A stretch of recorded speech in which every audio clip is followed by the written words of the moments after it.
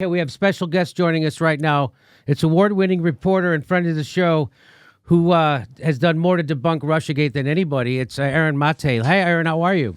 So I wanted to get your opinion on this. So I saw this. Breaking, prosecutors moved to drop the case against the Russians charged by Mueller. Prosecutors say... I don't even want to read that. Here's what you tweeted out. To people claiming this is a Bill Barr's doing, the motion to dismiss was signed by a prosecutor on Mueller's team and another who worked closely with Mueller's team.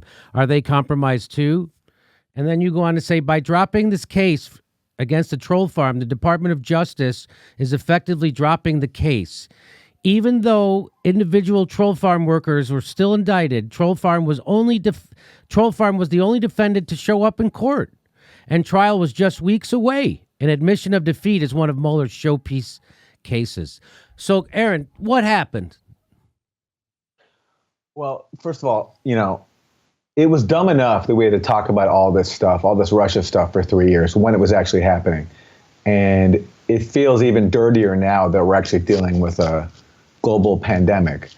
So, but I do think it's worth just acknowledging that it's a reminder of how we were wrapped up in 3 years in the most ridiculous, useless story I think I've ever encountered in my lifetime. And this was a major piece of it. This was, for anybody who forgot, that Russian troll farm where this Russian company, the Internet Research Agency, put out a bunch of social media posts that were deceptive. Most of them had nothing to do with the election, and most of them came after the election.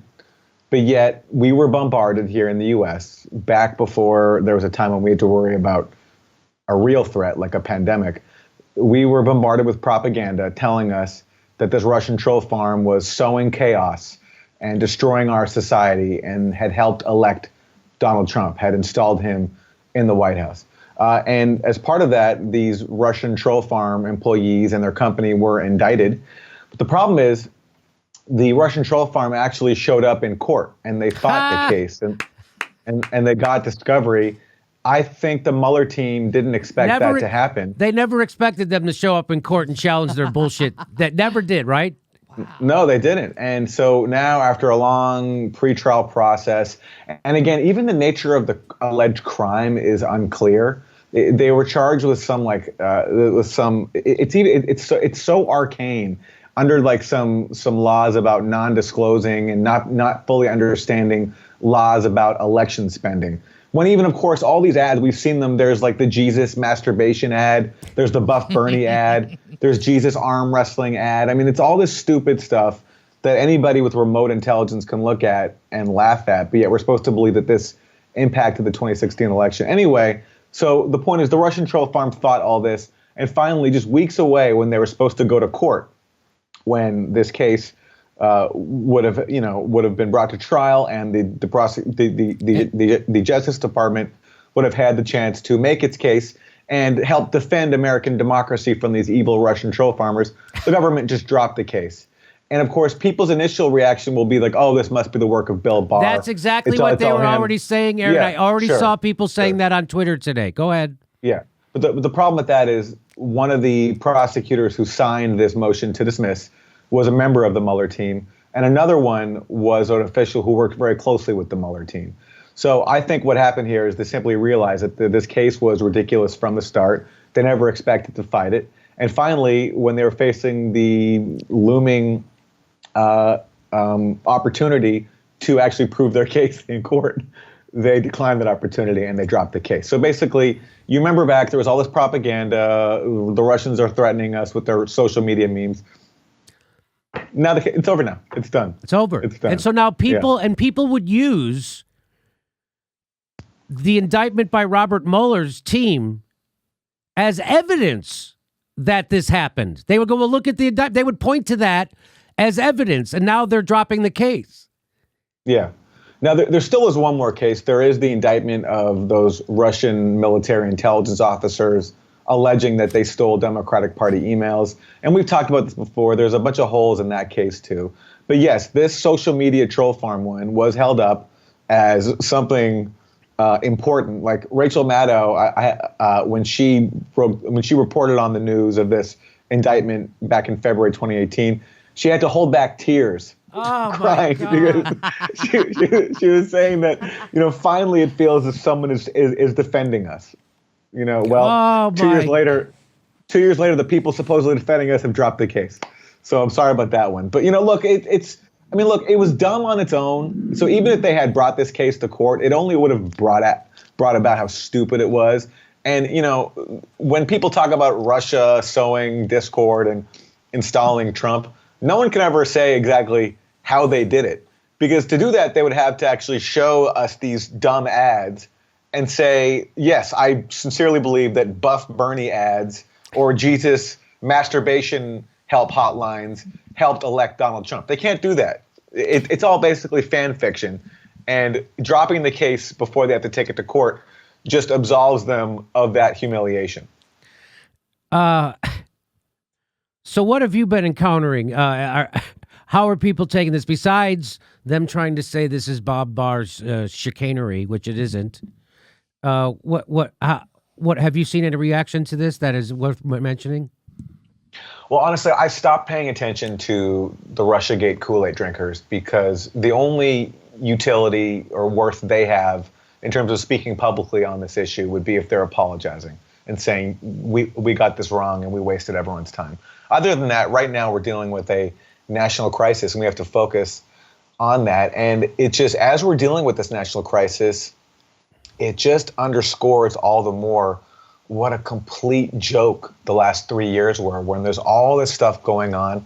During that time, the Democratic Party and the broader liberal, progressive movement, whatever you want to call it, could have been building up a real resistance to Trump, could have been pushing real alternatives, including alternatives that could help us out of this mess right now, such as Medicare for all.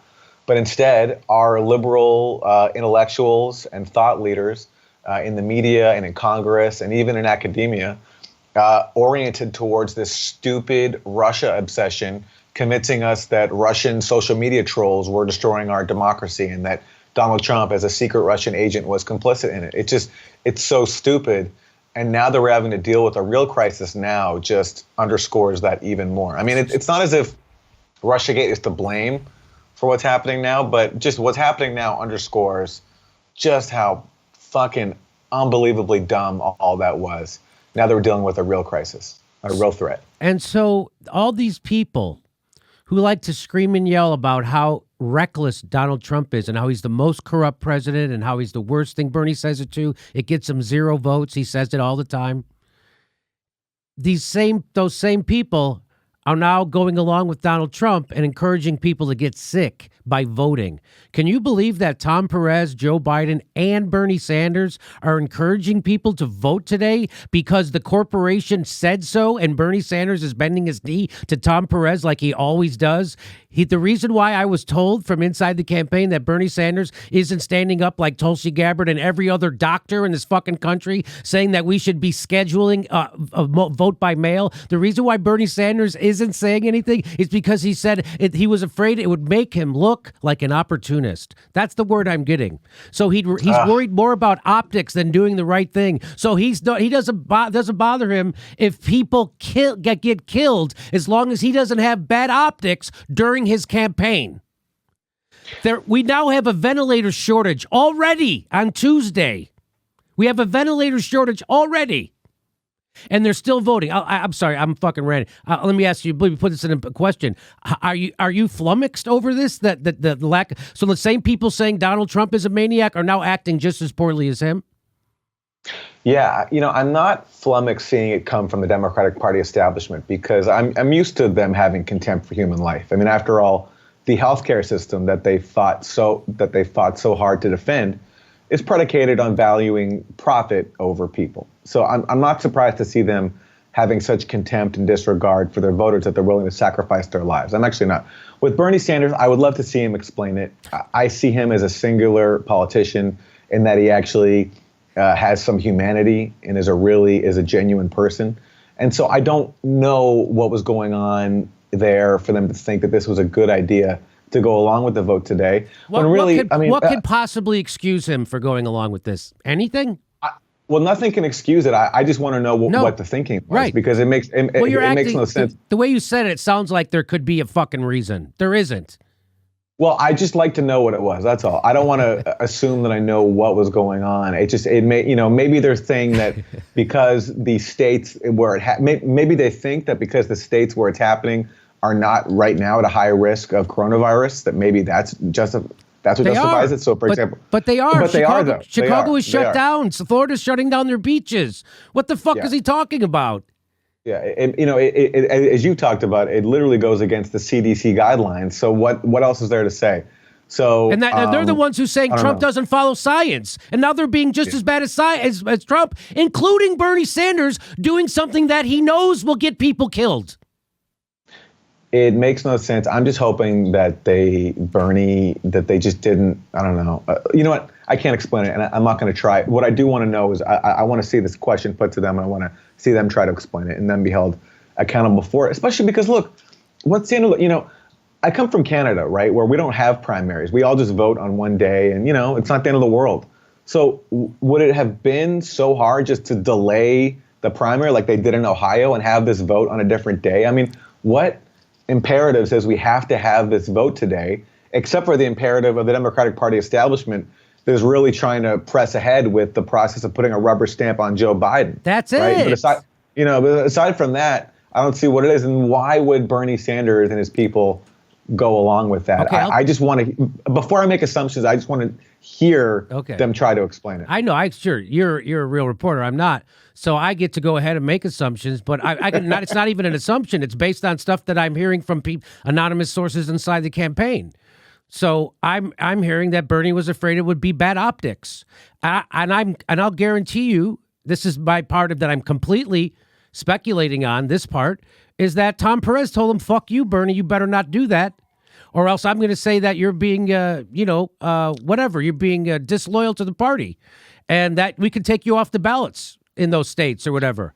And who knows? But I'll guarantee you Tom Perez threatened Bernie Sanders over this. And Bernie Sanders bends his knee to the DNC at every turn. At every turn. He had a secret deal with Hillary Clinton's campaign in May of 2016 before the convention, a non-aggression pact. And then when they were at the convention, which I was at, Bernie Sanders was sending out emails to all his delegates saying, don't make a ruckus at the convention. Those emails were being written by Robbie Mook. Bernie Sanders was then sending them out to his delegates, not telling them that they were written by Robbie Mook. And then afterwards, there was a fucking lawsuit, and then the DNC lawyer said we could pick our guy in a smoke-filled room, and Bernie Sanders still didn't say anything. And so when you don't hold the DNC accountable for rigging an election, something Elizabeth Warren admitted was rigged on fucking camera on PBS, and Donna Brazile put in her own book, when you don't hold them accountable for that, they're going to do it again. And now people think the narrative is true, that they didn't cheat you in 2016 because you never said anything. And now that they're doing it again, you're not saying anything either. The exit polls are wildly off. Look what happened in frickin' Iowa. It's amazing. The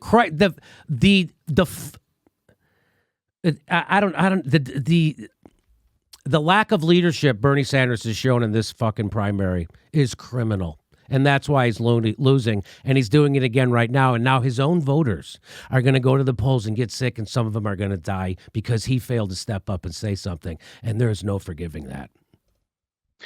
I agree when it comes to today's vote. I think it's inexcusable. On the other stuff, we've talked about this a bit before. I will admit my bias here. I have a hard time being fully critical of Bernie Sanders when it comes to his fight and his dealings with the Democratic Party establishment, because I see the people who he's up against as being the most, callous, cynical, mendacious people whose mission it is to destroy him.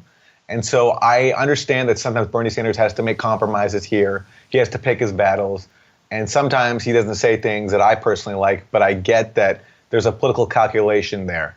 For example, not pushing back on Russiagate. I know you really wish that he would have, and especially that's called leadership, Aaron. That's called leadership. I got it. That's the opposite of what he's doing. Going along is not leadership. That's following. That's being a fucking tool of an evil organization, and that's what he's doing. I have more courage than he does. That's fucking bullshit. Well, it's also a matter of he's playing a different ball game than we're in. That's just always been my thinking, that there are different rules, and the people he's up against will exploit any opportunity they can to destroy him and to make his life miserable. And so I saw his campaign trying to thread a very thin line and doing a balancing act. And I do think that there are times when I wish he had pushed back way harder. For example, he missed so many opportunities to go after Joe Biden. He was so nice to Joe Biden throughout this whole campaign, calling him his friend and a decent guy. He said he was his friend. He was a decent guy, and he said he could beat Trump. That's all. That's Joe Biden's complete campaign. Yeah. Yeah, and saying he's not corrupt and all this stuff. And whereas meanwhile, not even Joe Biden returned the courtesy. When Joe Biden was asked whether Bernie could beat Trump, Joe Biden said that he thinks Bernie would have a very tough time. So Biden didn't even return the courtesy that Bernie, I think disingenuously but very generously, offered him. So it's been sad to see. I just also, the problem for me is Bernie's movement has inspired me so much. It has been a once in at least my lifetime opportunity, and it's just I have a lot of sympathy for it, and it's been a very emotional time. But yes, you've laid out a bunch of reasons, especially I think today with not voicing protest against today's primary vote, a bunch of reasons to be upset and critical of Bernie. I mean, if he can't stand up right now today and do the right thing today, when are you going to do the right thing when people's lives are literally on the line? And look, he also has a long record of standing up for people, and I know that's why this is horrible, Aaron. That's why, because he thinks he might get power. You think this is the way to grab power, by fucking doing this, by being the opposite of a leader? That's not how you grab power. He doesn't even know how to use the power he fucking has. He does have a movement behind him.